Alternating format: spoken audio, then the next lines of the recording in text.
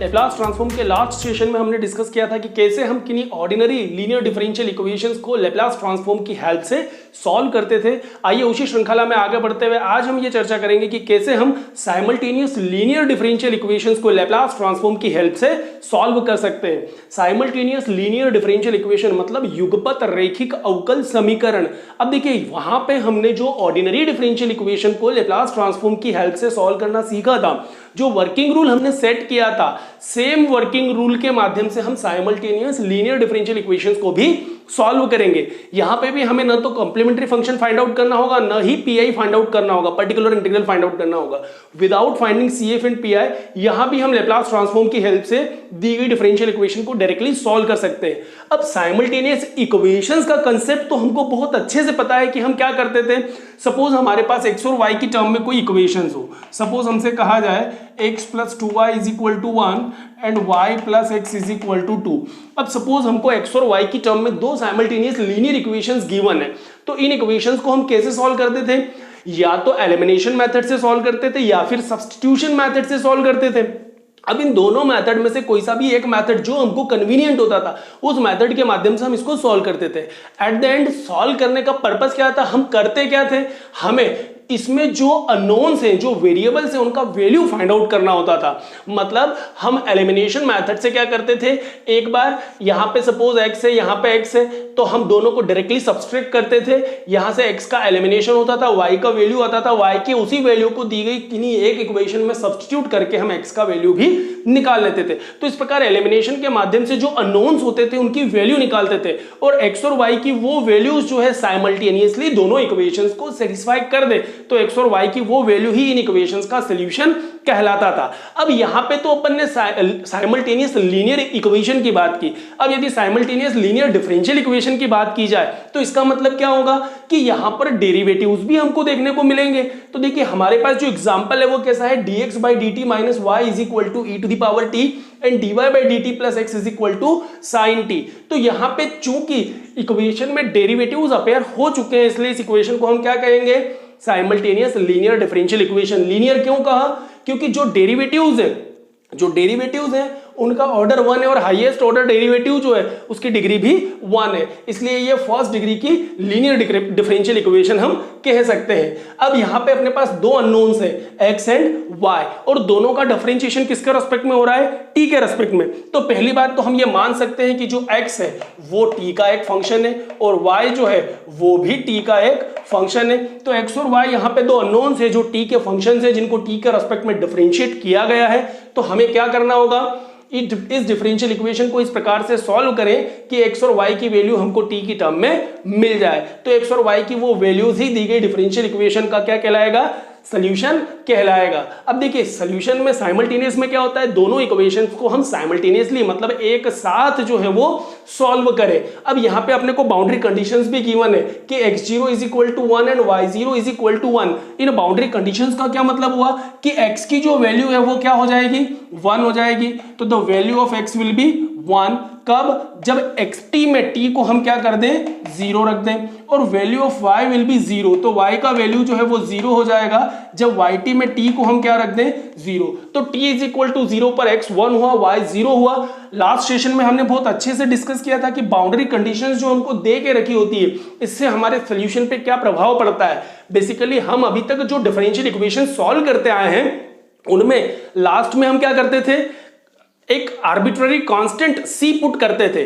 But यहां पे यदि बाउंड्री कंडीशंस किसी डिफरेंशियल इक्वेशन के साथ आपको गिवन है तो जो आर्बिट्ररी कांस्टेंट है वो कभी नहीं आएगा, उस कांस्टेंट की वैल्यू के फॉर्म में आएगा। मतलब वो कांस्टेंट किसी एक पर्टिकुलर नंबर में बदल जाता है इस बाउंड्री कंडीशन के माध्यम से। तो जो लास्ट लेक्चर में हमने वर्किंग रूल सेट किया था उसी वर्किंग रूल को फॉलो करते हुए हम साइमल्टेनियस लीनियर डिफरेंशियल इक्वेशन को भी सॉल्व करेंगे। करना क्या होगा, सबसे पहले दी गई डिफरेंशियल इक्वेशंस को हम सिंबॉलिक फॉर्म में लिखें, और सिंबॉलिक फॉर्म में लिखना हमने बहुत अच्छे से सीखा था।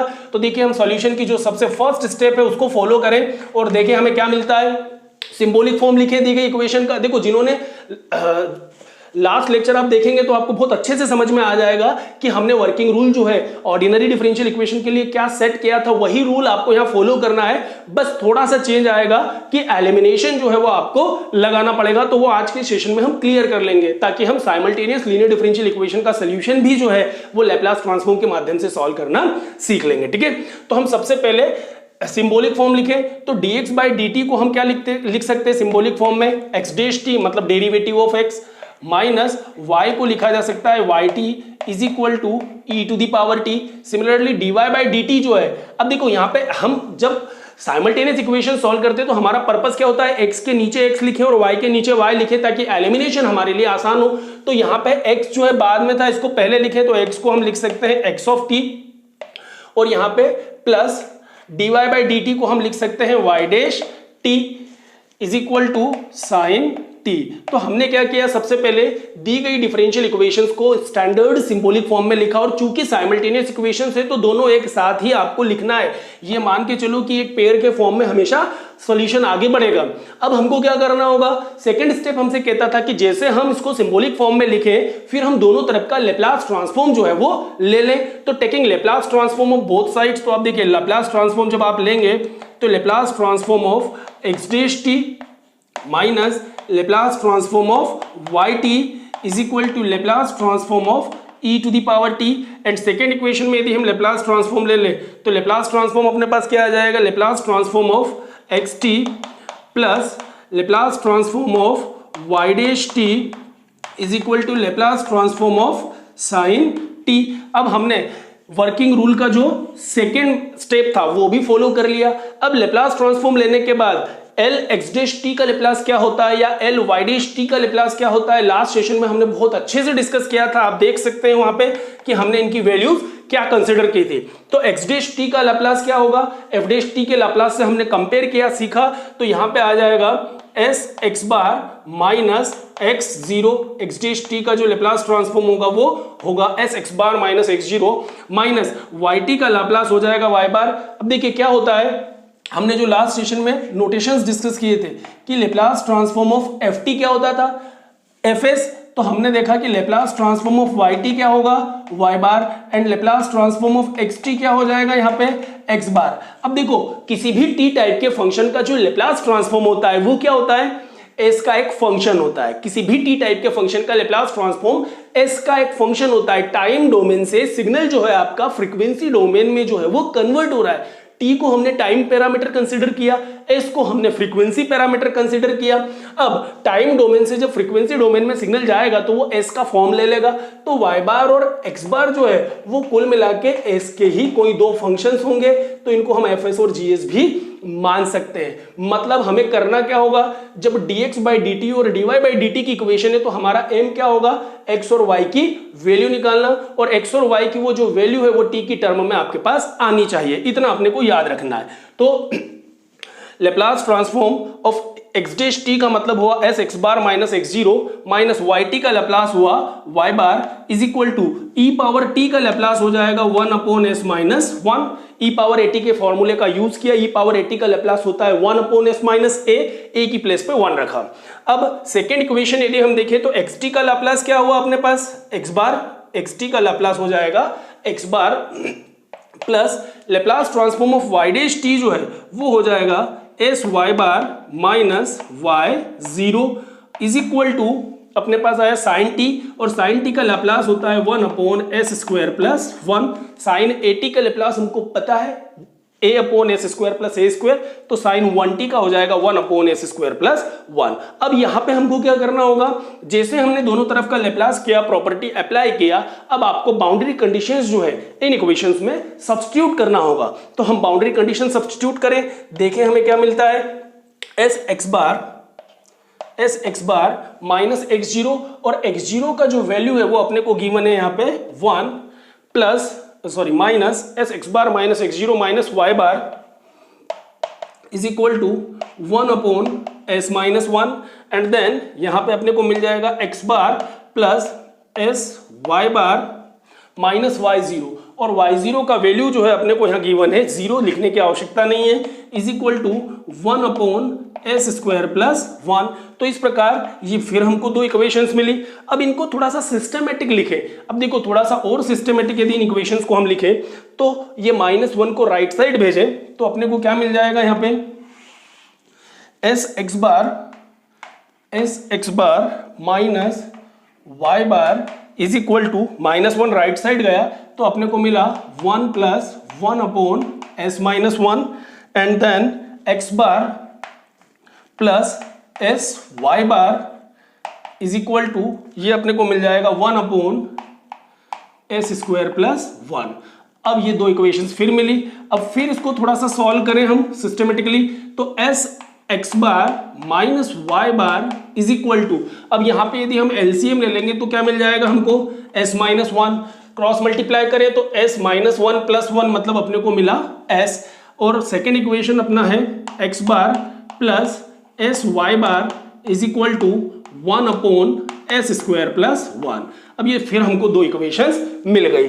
अब इसको हम कह सकते हैं इक्वेशन नंबर फर्स्ट और इसको हम कहें इक्वेशन नंबर सेकंड। अब देखो ये दो इक्वेशंस हमको कैसी मिली, यदि आप यहाँ ऊपर देखेंगे जो हमने साइमल्टेनियस लीनियर इक्वेशंस देखी थी जो हम पहले सॉल्व करते आए हैं, तो x बार और y बार की टर्म में हमको दो इक्वेशंस मिली। पहले हमको x और y की टर्म में इक्वेशन मिलती थी, एलिमिनेशन करते थे, x का वैल्यू निकालते थे, y का वैल्यू निकालते थे। यहां पे भी अब हमको क्या करना पड़ेगा, 1 और 2 में x बार और y बार के लिए हमको एलिमिनेशन मेथड जो है वो अप्लाई करना पड़ेगा और एलिमिनेशन के माध्यम से हम x बार और y बार का वैल्यू यहाँ पे निकाल लेंगे। अब यदि आपने x बार और y बार का वैल्यू निकाल लिया तो अभी हमने थोड़ी देर पहले डिस्कस किया था x बार और y बार का मतलब क्या है, s टाइप के कोई फंक्शंस। अब यदि x बार s का कोई एक फंक्शन है तो आपका पर्पस क्या था, dx/dt और dy/dt में xt और yt की वैल्यू निकालना, यही तो सोल्यूशन होगा। तो हम यहां पे क्या करें, l को राइट साइड शिफ्ट कर दें तो s टाइप के फंक्शन का क्या निकल आएगा, इनवर्स लाप्लास, जो कि क्या होगा, t टाइप का कोई एक फंक्शन xt होगा। अब सिमिलरली y बार में भी हम क्या करेंगे, जो y बार की वैल्यू हमको मिलेगी उसका मतलब होता है लैप्लास ऑफ yt, l को राइट साइड शिफ्ट करेंगे, s टाइप के फंक्शन का इनवर्स लाप्लास करेंगे तो वैल्यू क्या मिल जाएगी, y ऑफ t मिल जाएगी। तो इस प्रकार एलिमिनेशन के माध्यम से 1 और 2 से हम क्या करेंगे, x बार एंड y बार का यहाँ पे वैल्यू निकालेंगे ताकि हम बड़ी आसानी से x बार और y बार पे इनवर्स लैप्लास अप्लाई करके xt और yt का वैल्यू निकाल लें। क्लियर है? तो अब एलिमिनेशन करते हैं। अब देखिए एलिमिनेशन में क्या होगा, अब आप चाहे पहले x को एलिमिनेट करें, x बार को एलिमिनेट करें, आप चाहे तो y बार को एलिमिनेट करें, जो चाहे हम वो कर सकते हैं। अब यहां पे यदि हम इक्वेशन नंबर सपोज सेकेंड जो है, अब इक्वेशन नंबर 2 में यदि मैं इक्वेशन 1 में यदि हम s का मल्टीप्लाई कर दें तो देखो sy बार यहां से y बार का क्या हो जाएगा, एलिमिनेशन हो जाएगा। तो चलो पहले y बार को ही एलिमिनेट करते हैं फिर x बार को करेंगे। तो यदि हम इक्वेशन नंबर 1 में क्या कर दें, मल्टीप्लाई कर दें, if you multiply by s in equation number first, यदि इक्वेशन नंबर फर्स्ट में आप मल्टीप्लाई कर दें s का और फिर क्या करें, दोनों इक्वेशंस को ऐड कर दें and then adding equation number 1 and 2, तो देखिए हमें क्या मिलेगा, पहले तो s का मल्टीप्लाई करो 1 में तो ये आया s² x bar minus s y bar is equal to s का मल्टीप्लाई करें तो हो जाएगा s² अपॉन s-1, और सेकेंड इक्वेशन में हमने कोई चेंज नहीं किया है तो ये रहेगा x bar plus sy bar is equal to 1/s² + 1। तो ये दो हमको फिर नई इक्वेशंस मिली। अब इन इक्वेशंस को हम क्या करें, उसके बाद ऐड करें। अब यदि इनको ऐड करें तो देखो sy बार माइनस और sy बार प्लस तो आपका हुआ cancel, s² x bar plus x बार, यदि x बार को कॉमन ले लेंगे तो मिल जाएगा s² + 1 इंटू x बार और इज इक्वल टू, अब राइट साइड का भी आप क्या कर दें, सम कर दें। अब यदि राइट साइड का सम करेंगे तो एक तो अपने को मिल जाएगा ये 1/s² + 1 एंड देन सेकेंड अपने को टर्म मिल जाएगा s²/s-1। थोड़ा सा और सिस्टमेटिक यदि लिखा जाए तो यहां से अपने को x बार का जो वैल्यू है वो मिल जाएगा। अब s² + 1 जो लेफ्ट हैंड साइड पे है इसको राइट साइड शिफ्ट करें तो क्या होगा, डिनोमिनेटर जो है एस स्क्वायर प्लस 1 से मल्टीप्लाई होंगे। तो एस स्क्वायर प्लस 1 पहले से था, एक एस स्क्वायर प्लस 1 आया तो ये हो गया स्क्वायर, एंड देन प्लस यहां था अपने पास S square upon S minus 1 and S square plus 1, एक और अपने को मिला। तो ये जो वैल्यू है, ये किसकी वैल्यू हमको यहां पे मिल गई, ये जो वैल्यू है एक्स बार की आई।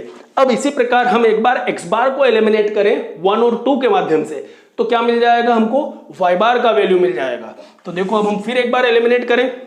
अभी हमने क्या किया, इक्वेशन नंबर 1 में एस का मल्टीप्लाई किया। अब हम क्या करें, इक्वेशन नंबर 2 में एस का मल्टीप्लाई कर दें। तो देखिए हमको क्या मिलेगा, multiply by S in equation number 2। अब इक्वेशन 2 में यदि हम एस का मल्टीप्लाई करें तो एस एक्स बार तो हो जाएगा। फिर हमको क्या करना पड़ेगा, यहां से 2 में से 1 को माइनस करें, 1 में से 2 को भी माइनस कर सकते हैं, पर वाई बार फिर नेगेटिव हो जाएगा, इसलिए हम 2 में से 1 को माइनस करें, एंड देन इक्वेशन 2 माइनस 1।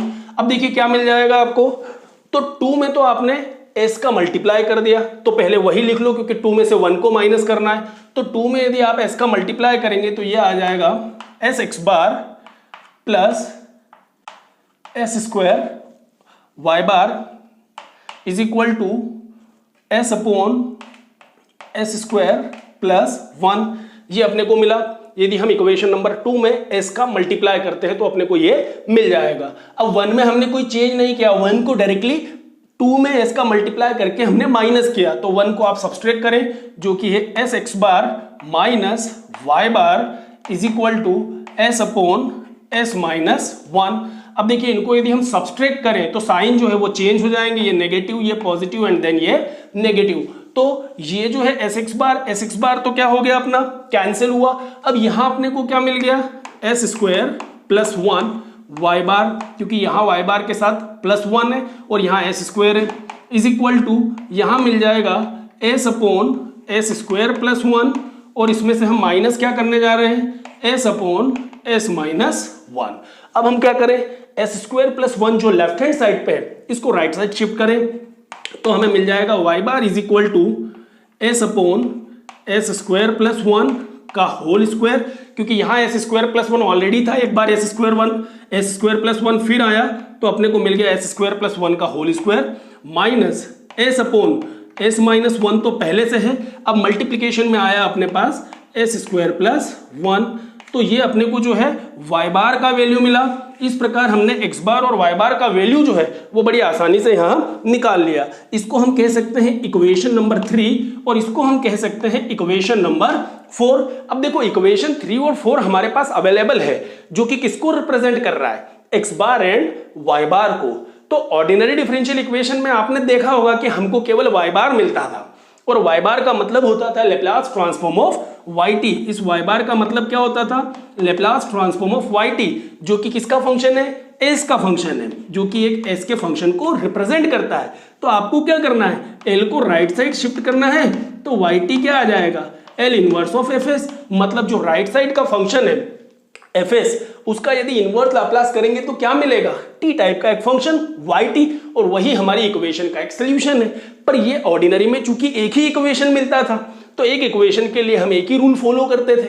अब हमारे पास चूंकि यहां दो इक्वेशंस है, दो डिफरेंट वेरिएबल्स हैं एक्स एंड वाई, तो हम एक्स और वाई दोनों के लिए सेम प्रोसीजर अप्लाई करेंगे। यहां पे एक्स बार मिला तो एक्स बार का मतलब क्या हो जाएगा अपने पास, Laplace transform of X T. X bar को हम लिख सकते हैं Laplace transform of X T, और राइट साइड देखो तो आपको पूरा एस का कोई एक फंक्शन मिल रहा है, मान लो ये फंक्शन जीएस टाइप का है।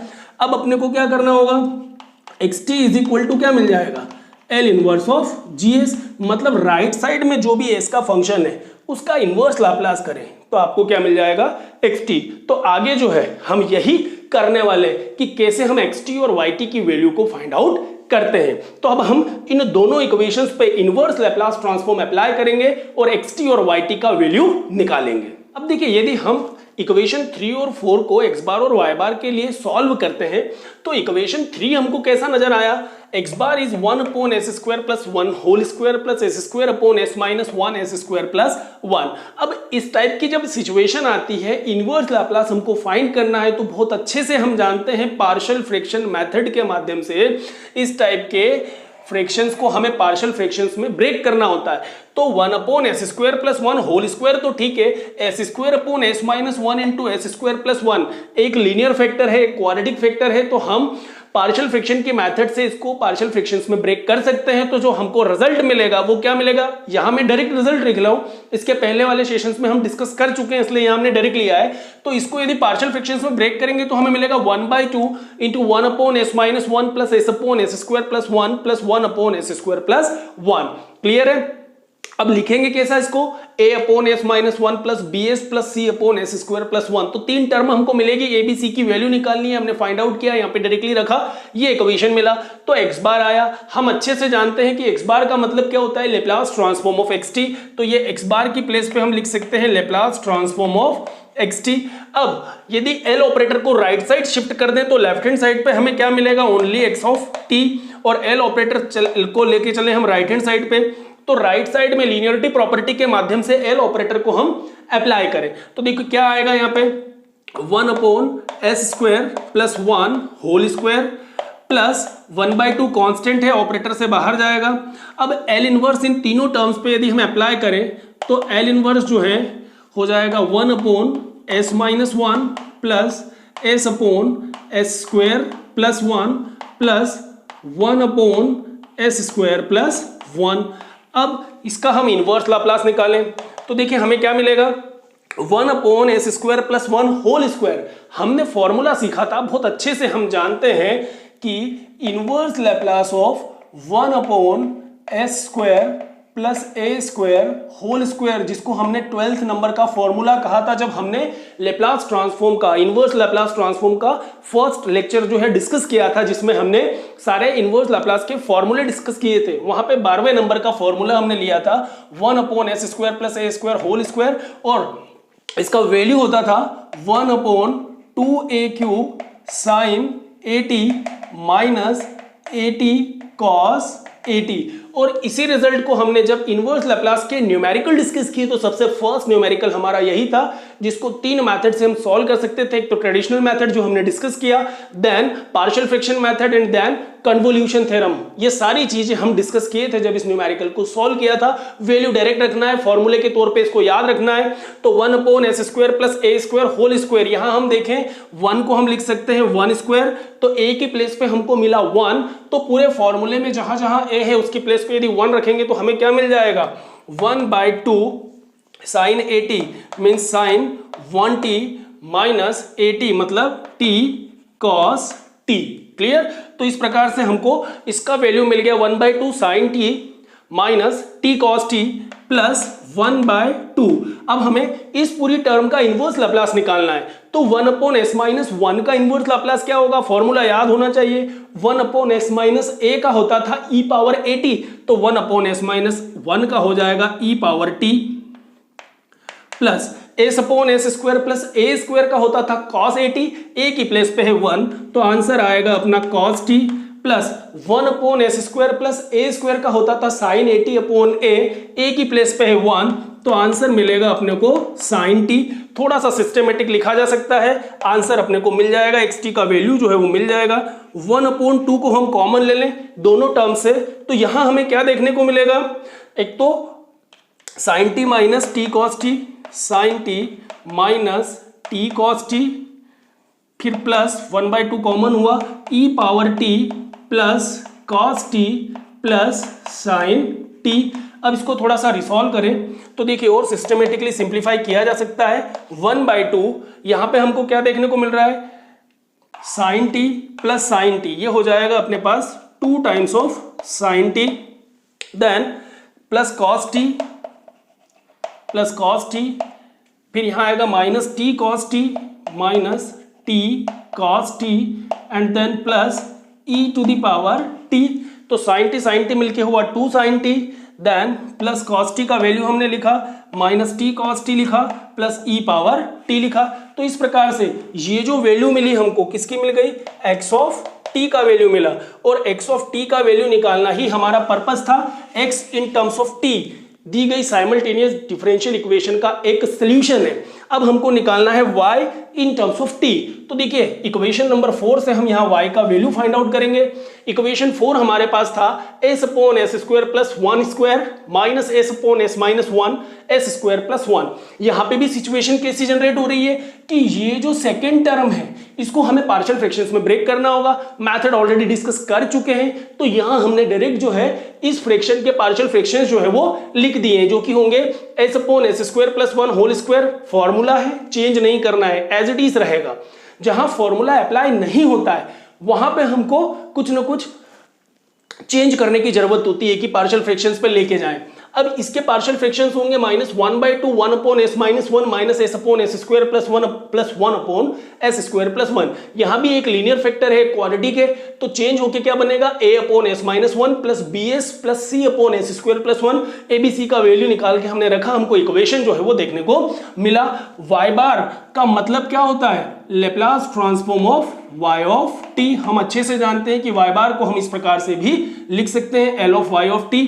अब l ऑपरेटर यदि राइट साइड शिफ्ट कर दें तो लेफ्ट हैंड साइड पे क्या बचेगा हमारे पास, ओनली y ऑफ t, और इसका जो वैल्यू है y ऑफ t का l राइट साइड शिफ्ट करें, इनवर्स लाप्लास हो जाएगा राइट हैंड साइड पे s upon s square plus 1 whole square minus 1/2 constant है, लीनियरिटी प्रॉपर्टी से बाहर आएगा।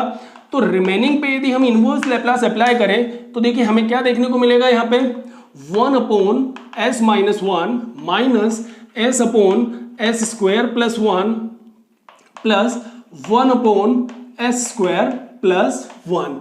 अब इस पूरी टर्म का यदि हम इनवर्स लाप्लास ले लें तो हमें क्या मिल रहा है, s upon S square plus 1 का होल स्क्वायर। तो s upon S square plus a square whole square. जब हमने ये रिजल्ट डिराइव किया था तो इसके साथ दो डिफरेंट केसेस भी डिस्कस किए थे। कहा था कि इन तीनों रिजल्ट्स को आप बतौर फॉर्मूला याद रखेंगे, आगे जब जरूरत पड़ेगी तो हम उसको फॉर्मूले के तौर पे हम उसको यूज कर सकते हैं। तो अपने पास फॉर्मूला अवेलेबल है, s upon S square plus a square whole square का होता है t साइन 80 अपॉन 2a।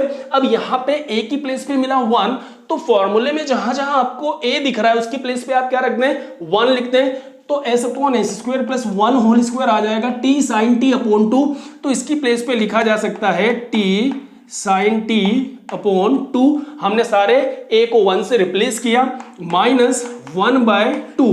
अब 1 अपॉन s माइनस 1 का inverse Laplace 1 upon s minus a का होता है e पावर at, a की प्लेस पे 1 तो हो गया e power t minus s upon S square plus 1, और 1 को लिखा जा सकता है 1 का स्क्वायर, यहाँ पे भी 1 को लिखा जा सकता है 1 स्क्वायर, ताकि स्टैंडर्ड फॉर्मूले जैसा हमारा फॉर्म नजर आए। तो s upon S square plus a square का फॉर्मूला होता है, इनवर्स लाप्लास होता है cos 80। a की प्लेस पे 1 ले ले तो हमें मिलेगा cos t plus 1 upon S square plus a square का इनवर्स लाप्लास होता है sin 80 अपॉन a की प्लेस पे 1 ले ले तो हमें मिल जाएगा sin t। अब ये जो है अपना आया y ऑफ t। अब हमें क्या करना होगा, y ऑफ t का जो वैल्यू है थोड़ा सिस्टमेटिक लिखे, 1/2 को कॉमन करें। तो 1/2 को यदि हम कॉमन लें तो हमें क्या मिल रहा है यहाँ पे, t sine t minus e power t, minus minus मिलके हुआ plus cos t, then plus minus again minus sine t। तो इस प्रकार हमने देखा कि हमको y ऑफ t का वैल्यू जो है वो भी बड़ी आसानी से यहाँ पे मिल गया। तो इसको जो है हम कह सकते हैं अनदर सॉल्यूशन या another part of a solution of given simultaneous linear differential equation. तो इस प्रकार हमने देखा कि हम dx बाई dt और dy बाई dt की टर्म में जब हमको कोई दो simultaneous linear differential equations given हो तो हम बड़ी आसानी से x in terms of t and y in terms of t इस मेथड को फॉलो करके फाइंड आउट कर सकते हैं। कई दफा आपको क्वाड्रेटिक इक्वेशन मतलब सेकेंड ऑर्डर की लीनियर डिफरेंशियल इक्वेशंस भी गिवन होती है, प्रोसीजर जो है वो सेम रहेगा। इसी प्रोसीजर को फॉलो करते हुए हम बड़ी आसानी से दी गई डिफरेंशियल इक्वेशंस का सोल्यूशन फाइंड आउट कर सकते हैं। आई होप कि आपको पूरा सेशन आज का क्लियर है, समझ में आया होगा। Thank you very much, thanks for watching this video.